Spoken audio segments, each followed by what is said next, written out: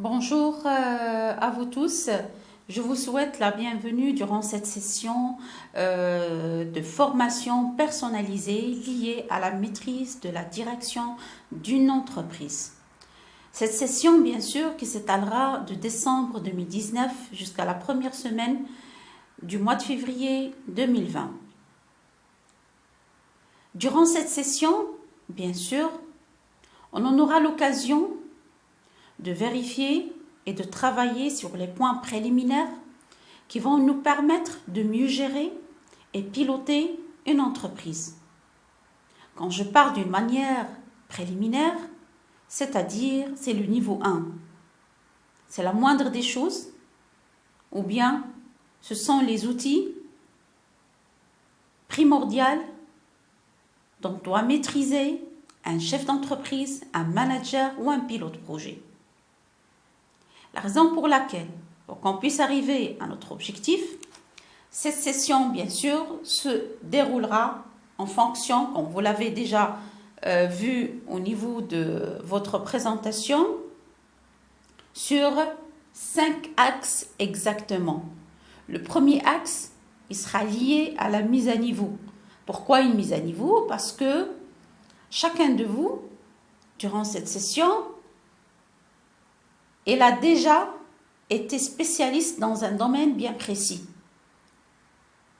Deuxièmement, après cette mise à niveau, on passera aux qualités d'un manager.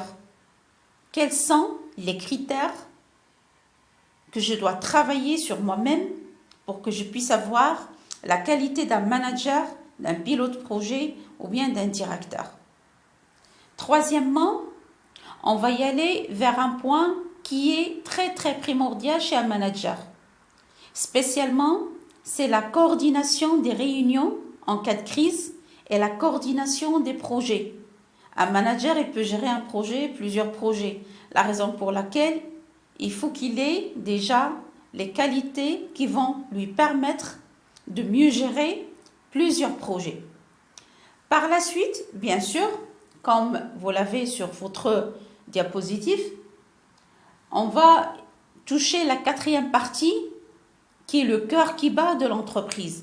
C'est le service RH. Vous ne pouvez pas être un manager sans que vous puissiez savoir quelle est l'utilité d'un service ressources humaines et quels sont les critères des services ressources humaines et quels sont les outils de performance qui vont nous permettre de mieux sélectionner et de recruter les salariés au sein de notre boîte afin qu'on puisse arriver, ou plutôt afin qu'on puisse répondre aux objectifs d'un plan d'action qui a été déjà préparé au niveau de la direction générale.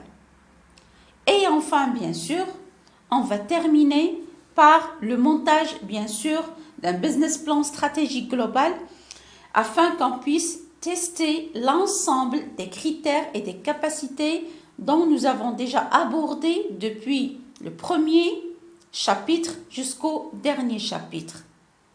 Encore une fois, dans l'attente de vous retrouver dans l'animation du premier chapitre, je vous souhaite une excellente journée. Merci.